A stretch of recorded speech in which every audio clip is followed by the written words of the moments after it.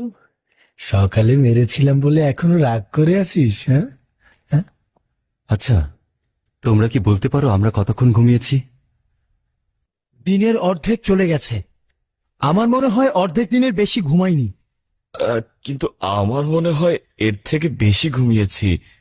আবার এমন তো নয় যে রাত দিন ঘুমিয়েছি কিন্তু বুঝতে পারিনি। জানি না এই অল্প সময় ঘুমিয়ে এত ক্ষুধার্ত হলাম কিভাবে। তোমরা কি কেউ ক্ষুধার্ত নও? অবশ্যই। এরকম খিদা এর আগে আমার আর কোনোদিন লাগেনি। উফ। প্রিয়, তোর আবার ঘুম পাচ্ছে না তো? হ্যাঁ, জানা। আমরা যখন এখানে এসেছিলাম তখন তো এই পাথরগুলো ছিল না, লতাপাতাও ছিল না। হ্যাঁ, ঠিকই বলেছেন। আমি তো এগুলো দেখিনি। আমার মনে হয় কিছু সময় ঘুমিয়ে থেকে সবকিছু পাল্টে গেছে। কিছু সময় বলতে কি বোঝাচ্ছেন? কতটা ঘুমিয়েছি তা আমাদের পরওয়ারদিগারই জানেন। আমার মাথা ও চেহারা এত ধুলাবালি এলো কোথা থেকে? আজব ব্যাপার। এর আগেও তো আমি এখানে বেশ কয়েকবার এসেছি, কিন্তু এই পাথরগুলো তো এখানে ছিল।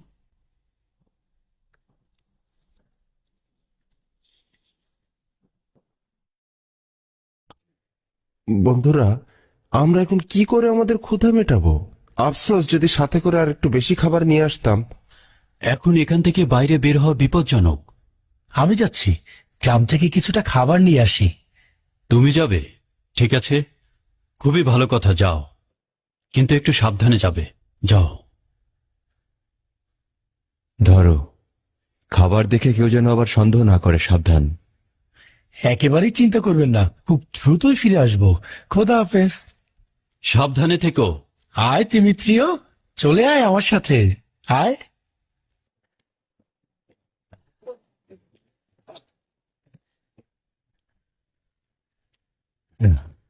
আয়,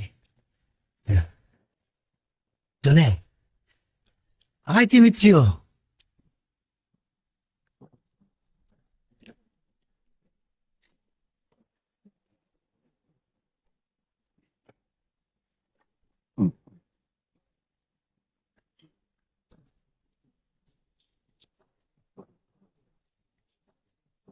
আমার কেন জানি পেরেশানি লাগছে। অ্যান্থোনিয়াসের যেন খারাপ কিছু না ঘটে। তোমার চিন্তা অযথা নয়,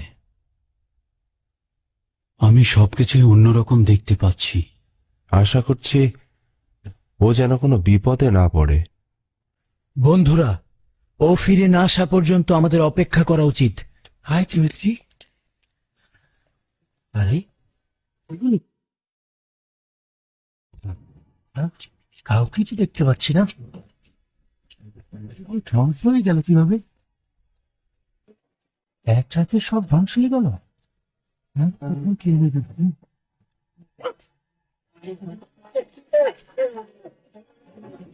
কাউকে তো দেখতে পাচ্ছি না।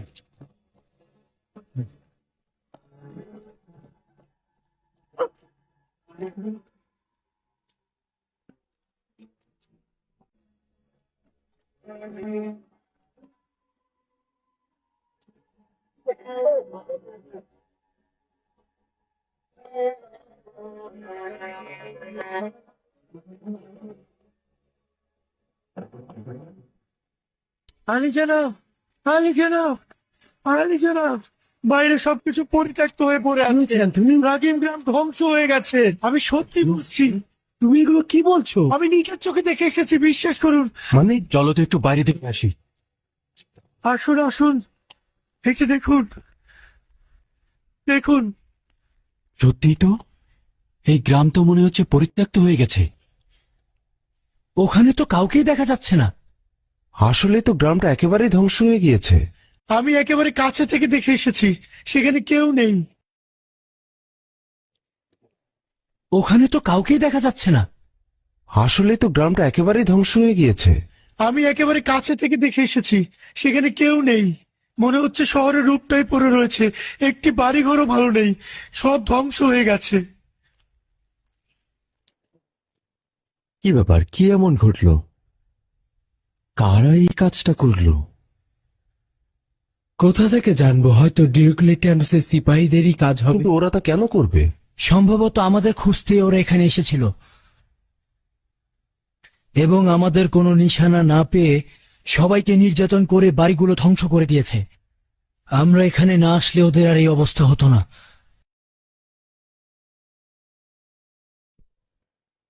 অন্য কিছু ঘটে থাকতে পারে, কিন্তু কি ঘটেছে একমাত্র খোদা তালাই জানে। কিছুই বুঝতে পারছি না।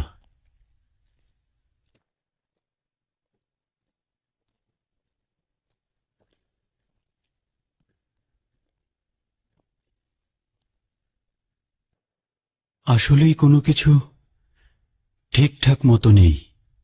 কোনো কিছুই জায়গা মতো নেই, শুধুমাত্র ক্ষুধা ছাড়া। ক্ষুধার জন্য কিছু একটা করা উচিত। আচ্ছা ঠিক আছে, তোমাদের কার কার কাছে টাকা রয়েছে? আমার কাছে একটি মুদ্রা রয়েছে আলী জানাব।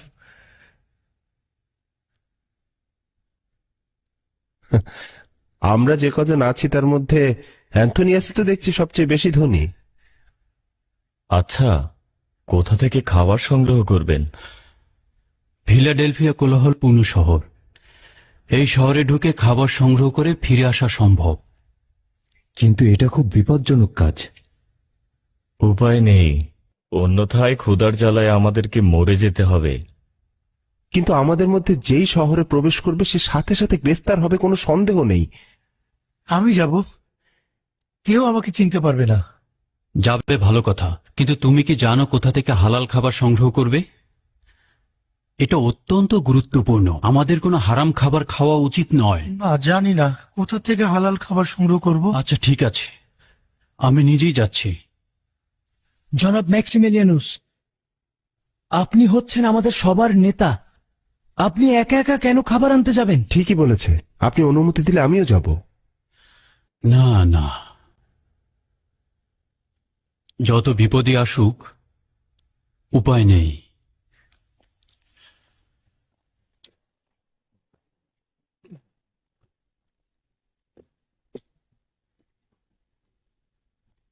একটু সাবধানে থাকবেন যেন আপনাকে চিনতে না পারে।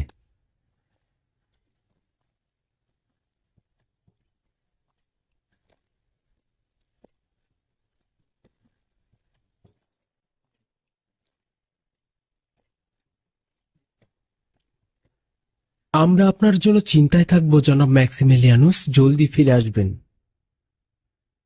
চেষ্টা করব আকাশ অন্ধকার হওয়ার আগেই ফিরে আসতে। ফিরতে না পারলে রাতে শহরেই অবস্থান করব। আর যদি না ফিরি তবে গ্রেফতার হয়েছি ধরে নেবে।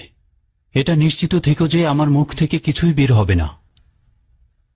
তোমরা নিশ্চিন্তে থাকো। খোদা হাফেজ। খোদা হাফেজ।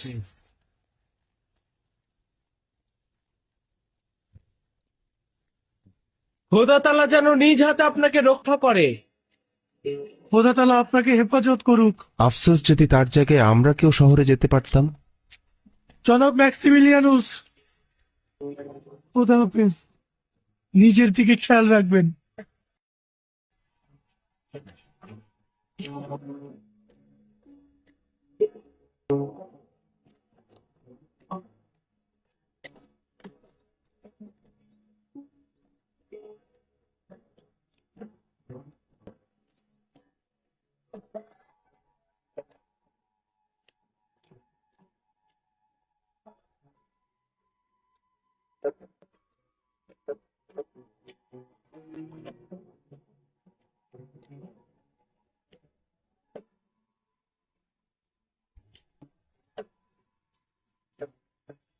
এই খবরটি কার? আগে তো দেখিনি। ভুল পথে আসলাম না তো? না, ঠিকই তো আছে। আমরা তো এই পথ দিয়েই গুহার দিকে গিয়েছি। এই গাছটিও তো এখানে ছিল না।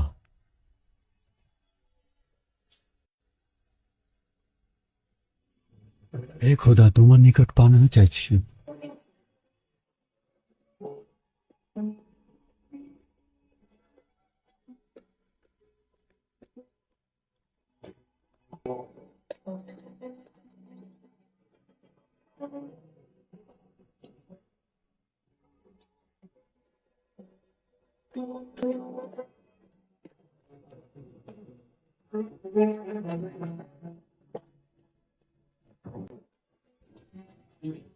এখানকার অবস্থা দেখে মনে হচ্ছে তো এটা কয়েকশো বছর পূর্বের। এক রাতে এমন হওয়া সম্ভব নয়।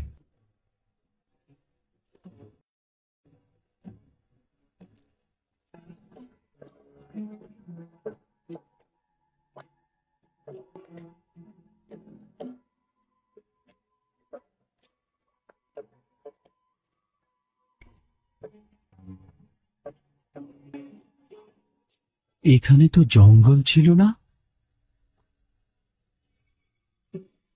এই গাছগুলো কবে জন্মালো?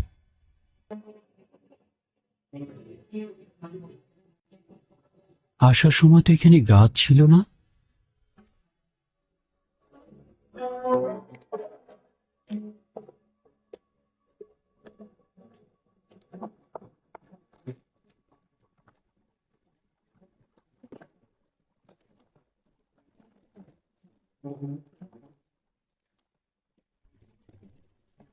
কি আজব লেবাস পড়েছে।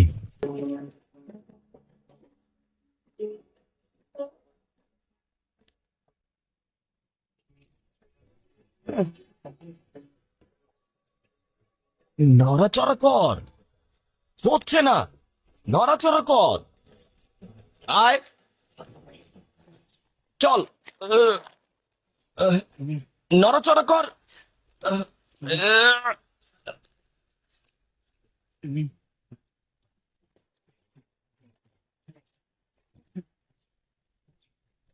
সাহায্য করব? খোদা তোমাকে কল্যাণ দান করুক। জানি না কিভাবে হলো, এই এত বড় গর্তের দিকে কেন তাকালাম না। খোদা তাআলা, তার মানে তুমি খ্রিস্টান? হ্যাঁ, কি সমস্যা তাতে? না, সমস্যা নেই, আমি তোমাকে সাহায্য করব।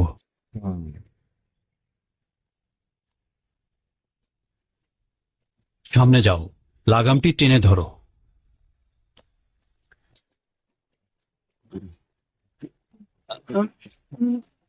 আয় ঘোড়া আমার, একটু নড়াচড়া কর, আয় এদিকে, আয়, আয় ঘোড়া আমার, আয় একটু নড়াচড়া কর, একটু নড়াচড়া কর, একটু নড়াচড়া কর। হ্যাঁ।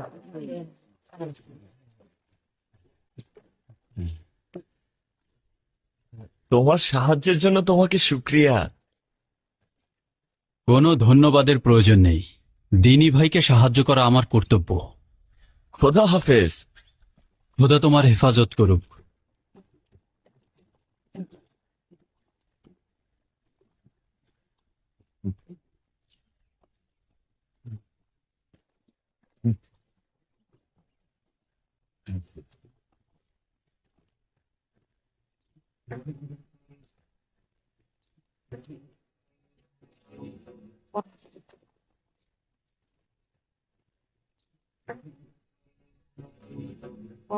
এটাই কি ফিলাডেলফিয়া শহরের প্রবেশ দরজা? অবশ্যই সাবধানে থাকা উচিত, যদি সিপাহীরা দেখে ফেলে তাহলে গ্রেফতার করে ফেলবে।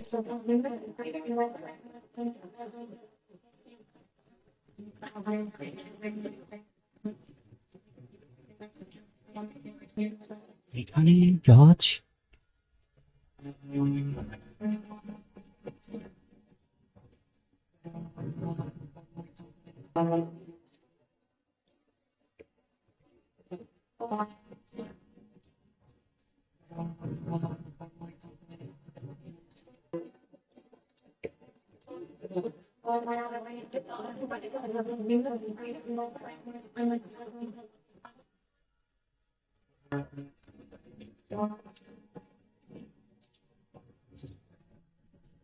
সদর দরজার পাশ দিয়ে আর একটা দরজা। আবার কখন তৈরি হলো? একদিন পূর্বেও তো এই দরজাগুলো ছিল না। এই খোদা সাহায্য করুন।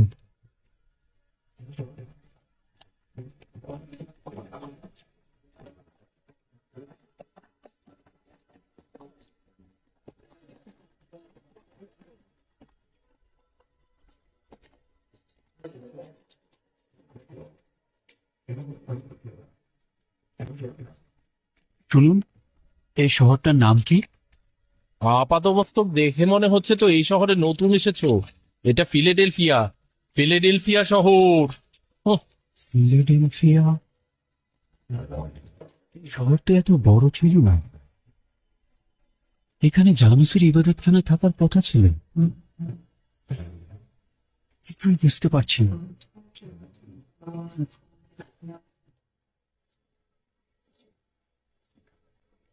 দাওনি আমার টাকা, তুমি দাওনি দিয়েছি। আমার টাকা ফেরত দাও। খোদার কসম আমি তোমাকে আমি বলছি দাও।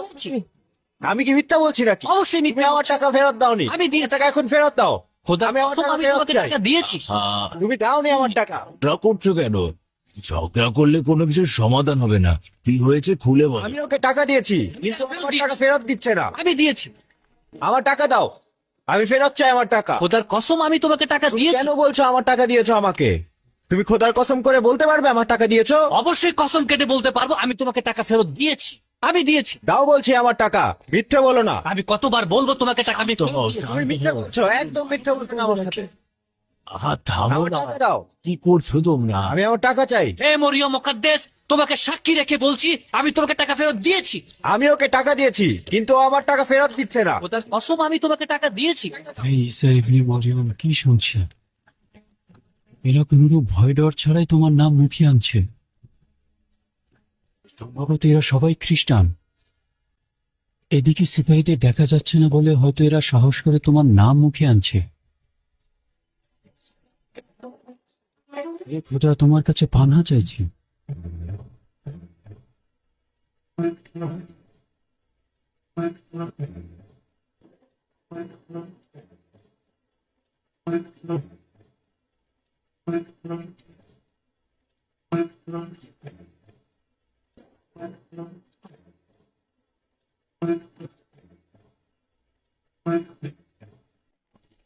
বেহেশত ও জাহান্নাম বলে কিছু নেই। বেহেশত একটা শান্তির কল্পনা মাত্র। যারা শান্তির আশায় এখন কষ্ট সহ্য করে যাচ্ছে, তারা মৃত্যুর পর এসব কিছুই পাবে না।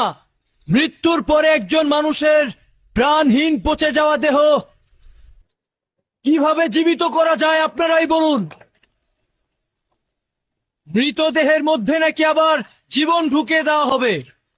এটা একজন বিবেকবান ব্যক্তি কিভাবে মেনে নেবে?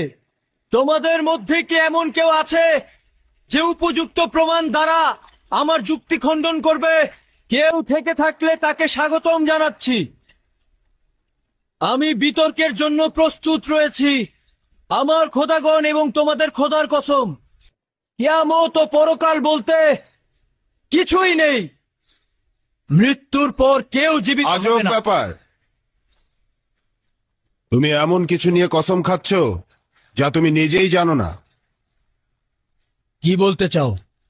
আচ্ছা, তুমি কি কসম কেটে বলতে পারো যে দরিয়ার মধ্যে দরিয়ার পরি থাকাটা একেবারেই অসম্ভব? এখন পর্যন্ত এর কোনো অস্তিত্ব খুঁজে পাওয়া যায়নি। দরিয়ার পরি একটা কল্পনা মাত্র।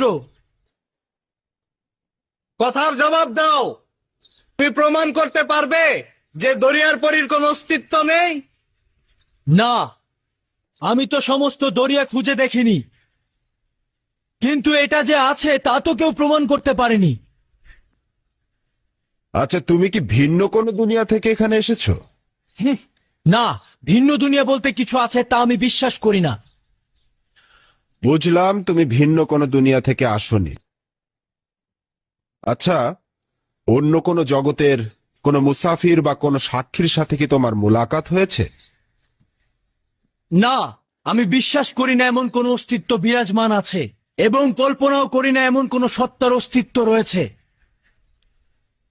তোমার কসম কাটা দেখে মনে হচ্ছে তুমি একবার মৃত্যুর স্বাদ নিজে গ্রহণ করে আবার ফিরে এসেছো, এবং নিশ্চিত জেনে এসেছো যে মৃত্যুর পরে কিছু নেই। আর মৃত থেকে জিন্দা হওয়া কোনো ব্যক্তির সাথে মোলাকাত করে তার উদ্ধৃতি দিচ্ছ।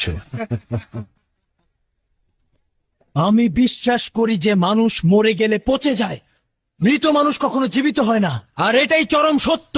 তার চেয়ে এটা বলো যে আমরা মৃত ব্যক্তির জিন্দা হওয়া দেখিনি। আর এটা মিথ্যা যে অগণিত আম্বিয়া তাদের ঐশী ক্ষমতার বলে অসংখ্য মানুষকে জিন্দা করে তুলেছেন। আমি নিজের চোখে যা দেখিনি তা কখনোই বিশ্বাস করব না। তুমি ভাবছো খোদা তাআলা তার অস্তিত্ব প্রমাণের জন্য সকল মৃত মানুষকে জিন্দা করে তুলবেন?